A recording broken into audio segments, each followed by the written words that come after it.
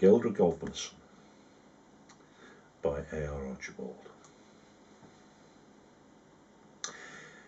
Geldrick Ogvassen, mighty Dane, stood alone in the pouring rain. Tears on his cheeks showed his inner pain as he wished and wished and wished again.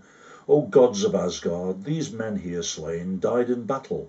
May they attain their place in Valhalla and there remain as warriors brave should do. We fought these men with might and main. We slew and slew and slew again. I wished their attacks they would refrain, for they nearly drove me quite insane. But this land henceforth I would retain as a legacy for my heirs to gain, to feed their families on meat and grain as farmers good should do. In my long ship we travelled o'er the bounding main from my home in Denmark, from whence I came, past Iceland, Greenland, through sleet and rain, till we found this lush land where I would remain. We brought vines and seed for grape and grain to make wine and ale, but not mix the twain, for if we did, a drunken stupor we'd gain, as topers often do. Laughing Coyote, mighty Cree, lone native survivor, now could see that all those who'd come to count coup with he were dead or dying beside the sea, where the strange canoe with a dragon's head lay beached on the shore. That one, he said, with the hair on his face and head so red, shall die as warriors do.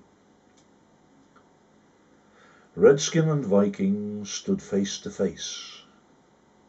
My brothers with me have defended this place from invaders who come from any race, from land or sea or whatever the case.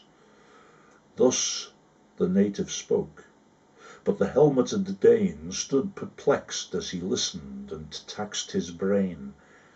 He speaks in a tongue which I can't explain, so we'll fight to the death, we two. O mighty warrior with skin so red, wolf skull and feathers upon your head, we'll fight till one or both be dead and with the Valkyries have fled. O stranger, I know not what you say, but with Manitou you will this day take your place, or will you run away as cowards often do?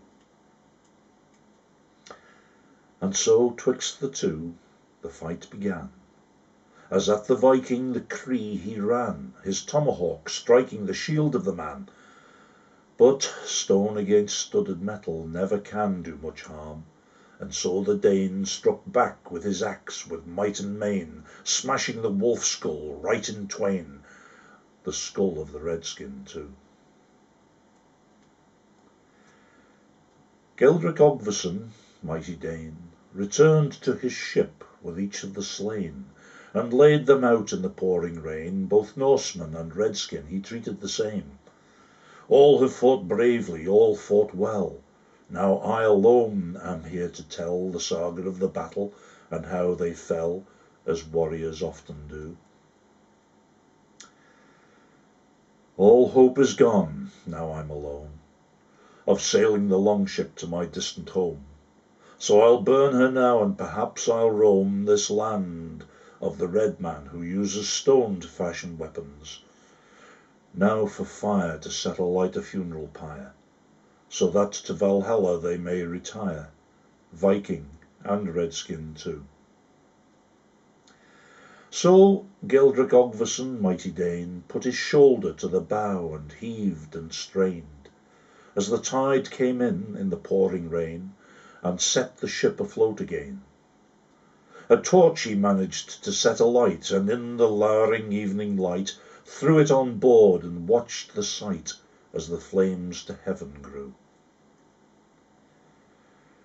Now what became of the mighty Dane, I really doubt I can explain, for he wandered that land o'er hill and plain, and maybe he himself was slain. All that I know comes from sagas old, which tell of such men, explorers bold, who sailed beyond known regions, we're told, and discovered lands anew.